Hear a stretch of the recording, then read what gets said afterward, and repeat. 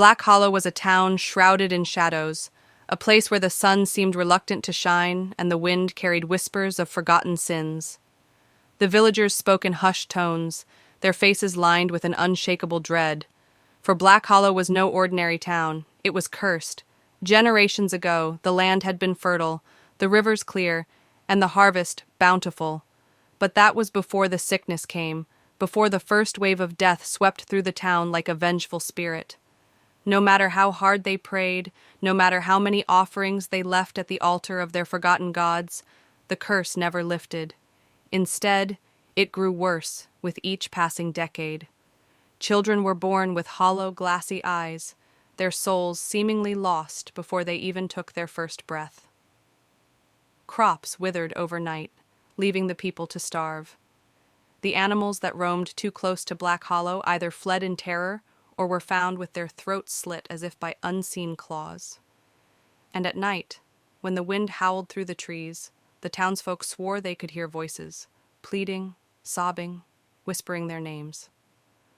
Legends told of an ancient betrayal, a crime so terrible that the land itself had cursed the town. Some said the ancestors of Black Hollow had burned a witch who had sworn vengeance upon them. Others believed that the town had been built atop a forgotten graveyard, the restless dead poisoning the very air they breathed. But none knew the truth, and none dared seek it. They lived in fear, shackled by their past and bound by their suffering. No one left Black Hollow, and no one came. Travelers avoided it, calling it a place forsaken by both man and God. Even the sky seemed to loathe it, the clouds permanently gray, the air thick with the stench of damp rot. But then, one night, as a bitter storm raged across the land, a stranger arrived at the gates of Black Hollow. His presence would change everything, and soon the town would know true horror. The storm that night was unlike any Black Hollow had ever seen. Thunder rolled through the valley like the growl of an ancient beast, and lightning carved jagged scars across the sky. The streets, already slick with decay, turned to rivers of mud as rain poured down in relentless sheets. The villagers locked their doors, whispering prayers to gods who had long since abandoned them. Then came the knock. It was a slow, deliberate sound, echoing through the silence that followed a particularly loud crash of thunder. The village elder, a frail man with a face like crumpled parchment, hesitated before unlatching the heavy wooden door of the town hall. The stranger stood just beyond the threshold, his figure draped in a dark, tattered cloak that clung to him like a second skin. His face was obscured by the hood, but the villagers could feel his eyes upon them, heavy, knowing, ancient. He carried nothing but a wooden staff, worn smooth by time, and a leather satchel that bulged with unknown contents. Water dripped from the hem of his cloak, pooling at his feet, yet he did not shiver. He did not speak immediately. Instead, he simply stepped forward, his boots sinking into the mud as the villagers recoiled instinctively. "I have come," he said finally, his voice a deep rasp like wind scraping against stone. "You have suffered long enough." The villagers exchanged uneasy glances. No one ever came to Black Hollow willingly.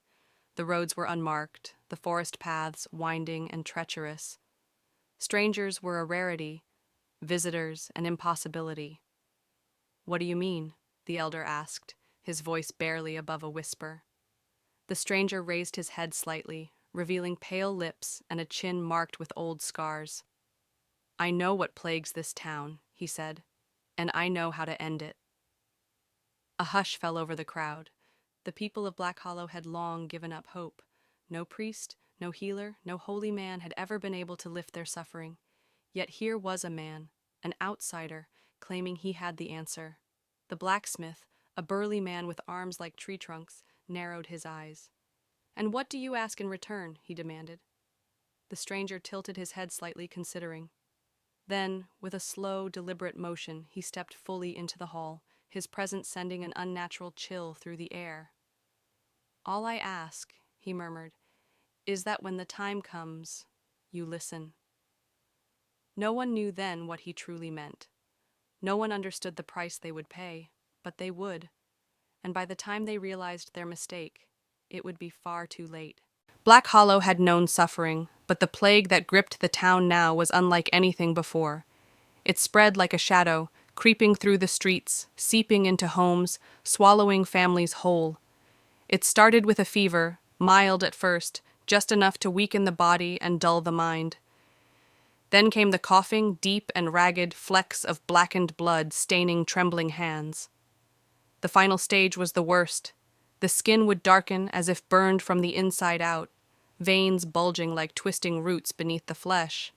And then they would scream, horrible, unearthly screams that rang through the night until silence claimed them forever. No one knew how it began. Some said it came from the rats that scurried through the streets, their eyes glinting with unnatural hunger. Others whispered that the land itself had turned against them, poisoning the wells, rotting the food before it could touch their lips. The bodies piled high, yet still, the sickness would not stop. The gravekeeper, once a man of quiet diligence, abandoned his post. There were too many to bury, too many to mourn. The town square became a place of death, where the sick were left to rot in makeshift pyres, their ashes carried away by the howling wind. The air reeked of burning flesh, and the people of Black Hollow lived in a constant state of dread, waiting for the sickness to claim them next. The healers tried everything, herbs, prayers, bloodletting, but nothing worked. The town priest, a man who had long since questioned his faith, stood before the altar night after night, pleading with a God that had turned its back on them. "Have mercy," he whispered into the darkness. "Have mercy on us." But there was no mercy in Black Hollow, only death. It was in this time of despair that the stranger's words returned to them. "I know what plagues this town, and I know how to end it." At first, they had been skeptical. Hope was a dangerous thing in a cursed place like Black Hollow. But as the days passed and the death toll rose, they realized they had no other choice. They sought him out, gathering in the town hall, their faces gaunt and haunted. "Tell us," the elder said, voice brittle as dry leaves. "Tell us how to end this." The stranger stood before them, his expression unreadable. His presence was an unnatural calm amidst their terror. "There is a way," he said, his voice a low murmur, "but the cure will not come without a price." The people of Black Hollow were too desperate to ask what that price would be. They only knew one thing: they would do whatever it took to survive. The people of Black Hollow gathered in the town hall, their faces gaunt, their eyes hollow with exhaustion and fear. The air inside was thick with the stench of damp wood and sickness. Outside, the wind howled like a dying beast, rattling the loose shingles and making the candle flames flicker wildly. The stranger stood in the center of the room, silent, waiting. The elder took a trembling step forward. His hands, knotted with age and desperation, clutched the front of his cloak. "You said you could save us," he whispered. "Tell us what we must do." The stranger lifted his head, his hood casting shadows over his face. "The sickness is not natural," he said, his voice carrying through the hall despite the storm raging outside. "It is the result of a wound, an ancient wound. The land is poisoned because of what was done here long ago." Murmurs spread through the gathered villagers. The elders had always warned of the town's dark past, of a sin so terrible it had cursed their bloodline, but no one knew the details. The past had been buried along with their dead, lost to time. "What must we do to heal it?" the blacksmith asked, his voice sharp, his knuckles white from clenching his fists. The stranger's lips curled slightly. Whether in amusement or something darker, no one could tell. "A ritual," he said simply. "A sacrifice must be made." The murmurs turned into a dull roar.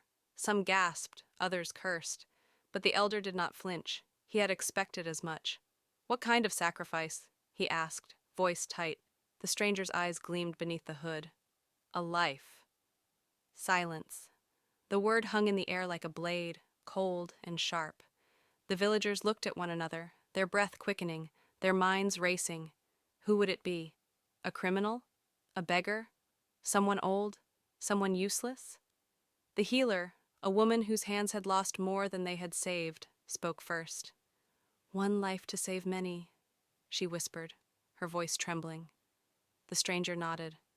A willing soul, he added, tilting his head. One who will go to the flame without resistance. The villagers hesitated. The thought of choosing someone to die turned their stomachs, but the stench of death already surrounded them.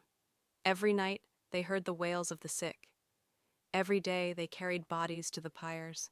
If one life could end the suffering, was it not worth it? Then, from the back of the hall, a voice rang out. "I will go." The crowd parted, and all eyes fell upon the priest. His face was weary, his robes stained with sweat and ash. He had spent nights praying to an absent God, begging for salvation that never came. "If this is what must be done," he said, stepping forward, "then let it be me." The stranger smiled. The deal was made. The night of the ritual was cold, colder than any Black Hollow had ever known. The wind whispered through the skeletal trees, carrying with it a foreboding silence that swallowed the town whole. The villagers, gathered in the square, watched with bated breath as the stranger prepared the ritual. A large circle had been drawn in the dirt with chalk, its edges smeared by the heavy rain that had fallen throughout the day. The stranger stood at its center, his staff raised high as the priest knelt before him, face pale but resolute. The people of Black Hollow watched from the edges of the square, too afraid to speak, too afraid to move. The priest had volunteered. He had chosen to offer his life in exchange for salvation, for the promise of an end to the plague that had decimated the town. But even now, as the stranger began to chant in a language none of them understood, the unease that had been growing in the pit of their stomachs deepened. The sky above, which had been choked with heavy clouds, parted for the briefest of moments, revealing a sickly glow that bathed the town in an eerie, unearthly light. The air crackled with static, and the ground seemed to tremble beneath their feet. The villagers shuddered, but none dared to move. They had come this far. They had no choice but to see it through. As the stranger's words echoed through the square, the priest's body began to twitch and convulse, his hands gripping the earth as if he were trying to hold on to his very soul. The crowd gasped, some recoiling, others covering their eyes. It felt as if the very essence of the land had reached out and wrapped its cold fingers around the priest's heart, squeezing, crushing. And then something changed. A brilliant light exploded from the priest's body, flooding the square with an almost blinding radiance. The villagers shielded their eyes, but even through their closed lids, they could feel the heat, the power, the overwhelming surge of energy. When the light finally faded, a silence fell. The priest was no longer on the ground. He had disappeared, as if swallowed by the earth itself. In his place, there was a figure, tall, dark, and robed in black, its face hidden in the shadows. For a moment the villagers stood frozen, unsure of what they had witnessed. Had the priest been taken? Or had he become something else? The stranger lowered his staff, his lips curling into a smile. "It is done," he said softly, his voice carrying the weight of 1,000 untold secrets. The villagers looked around, waiting for something, anything to happen. Would the plague cease? Would the suffering end? At first it seemed as though nothing had changed. The night was still heavy with the scent of decay, the air thick with dread. But then, something miraculous occurred. One by one, the sick began to stir. Their coughing stopped. The sickly grayish pallor that had gripped their skin began to fade, replaced by the faint flush of life. The once weak bodies slowly regained their strength. The fire that had burned in the town's hearths reignited, casting a warm, golden glow upon the faces of the villagers. The miracle was real, but in the pit of their stomachs there was an unsettling feeling that something was wrong. The relief they felt was tempered by the shadow of an unknown fear that lingered, growing stronger with each passing moment. The stranger had promised them salvation, but at what cost? And as the night deepened, the first whisper of doubt began to spread. The miracles that followed the ritual were undeniable, and for a time the people of Black Hollow reveled in the sudden return of health and vitality. The sick were cured, the fields began to bloom once more, and the once dying town seemed to come alive again. Yet, amid the blessings, something darker stirred beneath the surface. It began with the whispers. Soft at first, like a breeze that brushes the skin, unnoticed until it's too late. At night, when the villagers gathered around their fires, the shadows on the walls seemed to move on their own, twisting and dancing in ways they should not. Some swore they could hear their names being called from the darkness, a voice too familiar, yet too distant to be real. "Did you hear it?" one woman whispered to her neighbor as they huddled in a corner of the town square. "I thought I heard the priest, but his voice was wrong." Her neighbor, a man with deep lines etched into his face, nodded slowly, his gaze shifting nervously toward the darkened streets. "I heard it too. I thought I saw him in the shadows near the church, but when I looked again, he was gone." It was not just the priest. It was the townspeople. Faces that had once been filled with joy and gratitude now wore a strange, haunted expression. They seemed different, hollow, as if something had been taken from them, something essential. Their eyes, once bright with relief, now looked vacant. In the days that followed the ritual, the stranger was nowhere to be found.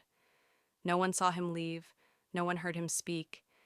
Yet his presence lingered, heavy and suffocating, like an unspoken pact that weighed down every breath. The people could not shake the feeling that they had made a terrible mistake, that something had been lost in the transaction, something far worse than the plague that had once consumed them. Paranoia spread quickly through the town. One night, the baker, who had been one of the first to recover from the sickness, accused the blacksmith of being a traitor. "You were too eager to make a deal with him," the baker shouted, pointing a trembling finger. "You brought him here. You let him do this to us." The blacksmith, taken aback, raised his hands in defense. "I did no such thing. We all agreed." But the seeds of doubt had already been sown. The villagers turned on one another, accusing their neighbors of harboring dark secrets. Had anyone seen the priest's body? Had anyone truly seen the miracle for what it was? Or was it an illusion, a trick played by the stranger to bind them all to his will? Some even began to hear voices in their sleep. "It's the priest's voice," one man claimed, clutching his head in agony. "He speaks to me in my dreams. He says we've been cursed again, that the cure was only the beginning." The whispers of fear spread like wildfire. The town, once united in their desperation, now turned against itself. No one trusted anyone anymore, and the stranger, though long gone, still hung over them like a dark cloud, his influence lingering in every fearful glance, every anxious breath. The town had been saved, yes, but at what cost? And what would become of them now? As the nights grew colder and the shadows grew longer, the people of Black Hollow began to wonder, had they truly been saved, or had they been cursed all over again? The village of Black Hollow had descended into chaos. Fear was no longer a mere feeling. It had become an undeniable presence, a shadow that clung to the very walls of the town. No one felt safe anymore. The sickness had returned, not in its old physical form, but as something far more insidious, a creeping paranoia that festered in the minds of the villagers, twisting their thoughts, turning their hearts cold. It was on one such night, when the moon was hidden behind a veil of clouds, that the firelight trial began. The whispers had grown louder, accusing fingers pointing in all directions. People spoke of betrayals, of promises broken. The town could no longer bear the weight of their collective guilt. Someone had to answer for the wrongs, someone had to be blamed, and the firelight trial was their way of seeking retribution, even if they were not sure what or who they were punishing. The trial was not like any other. It was not held in the town hall, nor was it sanctioned by any formal authority. No, this was something born of desperation, of fear that had taken root deep within their hearts. The villagers gathered in the square, torches held high, the flames flickering in their eyes, casting grotesque shadows on their faces. The air was thick with smoke, the firelight dancing eerily in the cold night. The elder, trembling but resolute, stood at the front of the crowd. "We must know the truth," he declared, his voice weak but firm. Who among us is responsible for the curse? Who among us called the stranger here? A chill ran through the crowd. There was no turning back now. The fear had built to a point where it could not be contained. Someone had to be blamed, and if they did not find the guilty party, they would tear the town apart trying. It was then that they turned their gaze upon the blacksmith. He had been one of the first to speak of the stranger with suspicion, one of the loudest voices against the priest's sacrifice. Now, as the villagers looked upon him, the darkness in his eyes seemed to confirm their worst fears.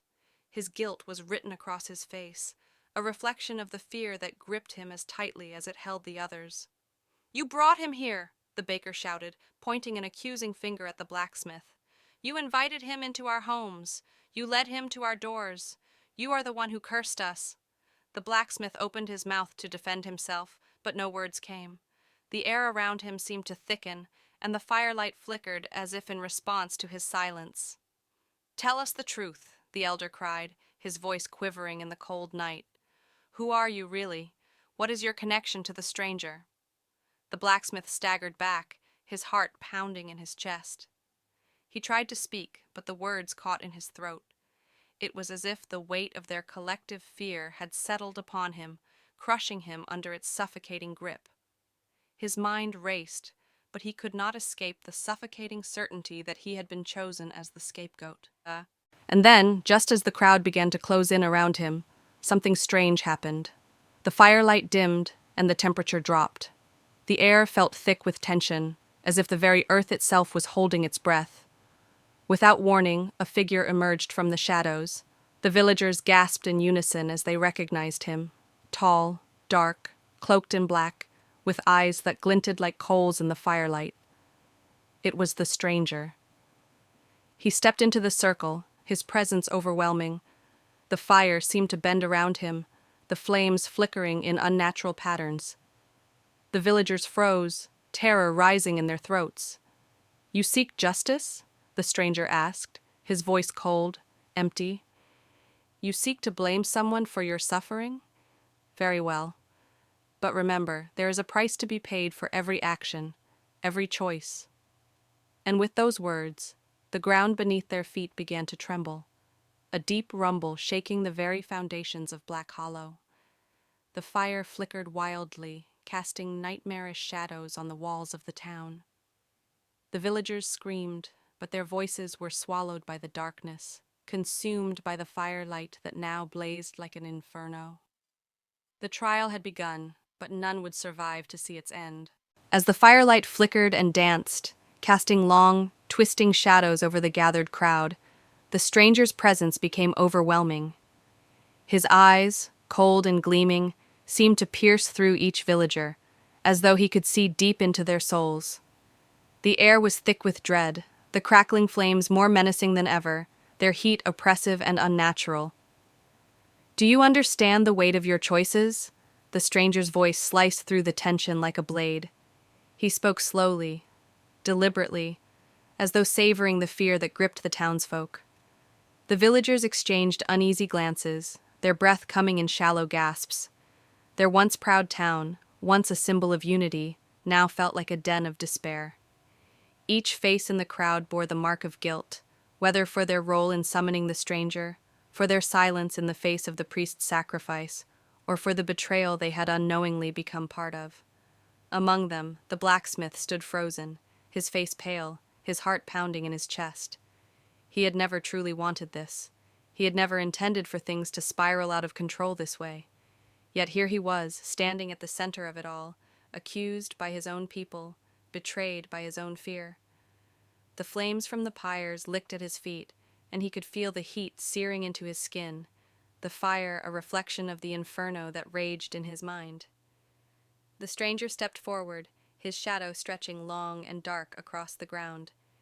"You have all made a terrible mistake," he murmured, the words more of a promise than an accusation. "And now, you must pay the price." Suddenly, the earth beneath their feet rumbled again, and the villagers were thrown to the ground as a great crackling sound filled the air. From the flames, shapes began to form, twisted, grotesque figures that seemed to emerge from the very fire itself. They moved like shadows, crawling along the ground, reaching for the terrified villagers. "No!" the blacksmith cried, falling to his knees. "We didn't mean for this to happen. We only wanted to save the town." The stranger tilted his head, his expression unreadable. "Ah, but you see, that was your first mistake.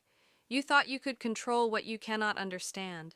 You thought you could bargain with the unknown and not face the consequences."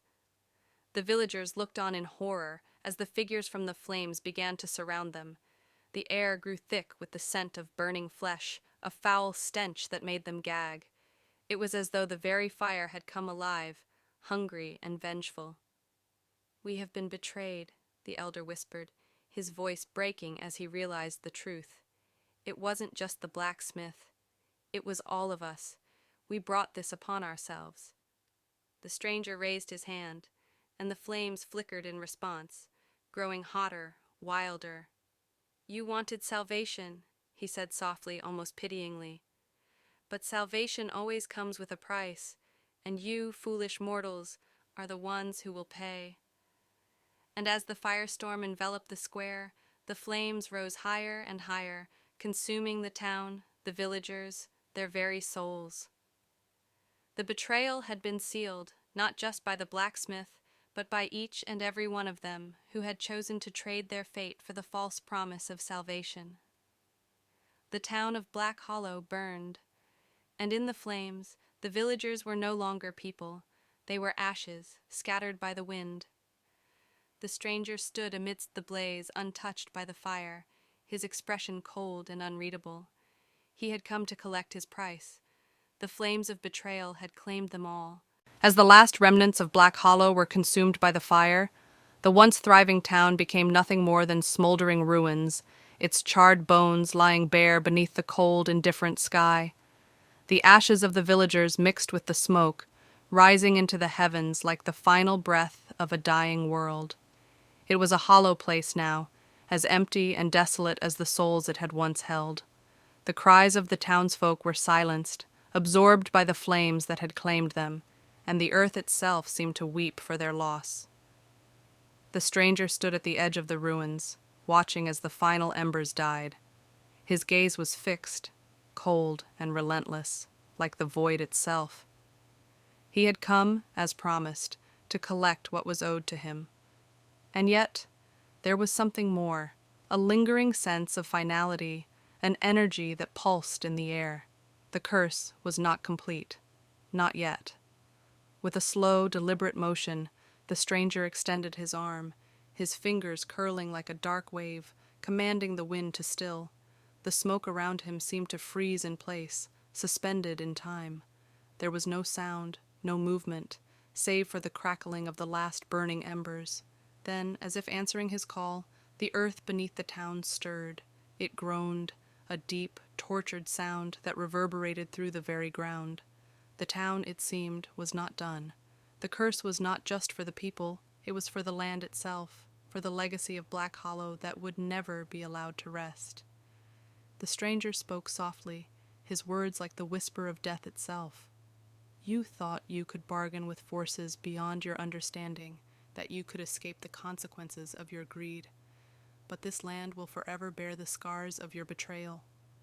His voice echoed in the silence, carrying the weight of eternity. And then, with a final, sweeping motion, the ground itself cracked open, sending fissures through the earth like deep, jagged scars. A dark, oily substance began to pour from the cracks, spreading across the remains of Black Hollow, seeping into the very bones of the town. The curse had been sealed, not just upon the villagers, but upon the land itself. Black Hollow would never again see the light of day. The earth would bear the weight of its sins for all eternity, the very ground tainted by the blood of betrayal. The wind would carry the whispers of its doomed past, and the souls of those who had perished would forever be trapped in the hollow, unable to rest. There would be no resurrection here, no return from the ashes.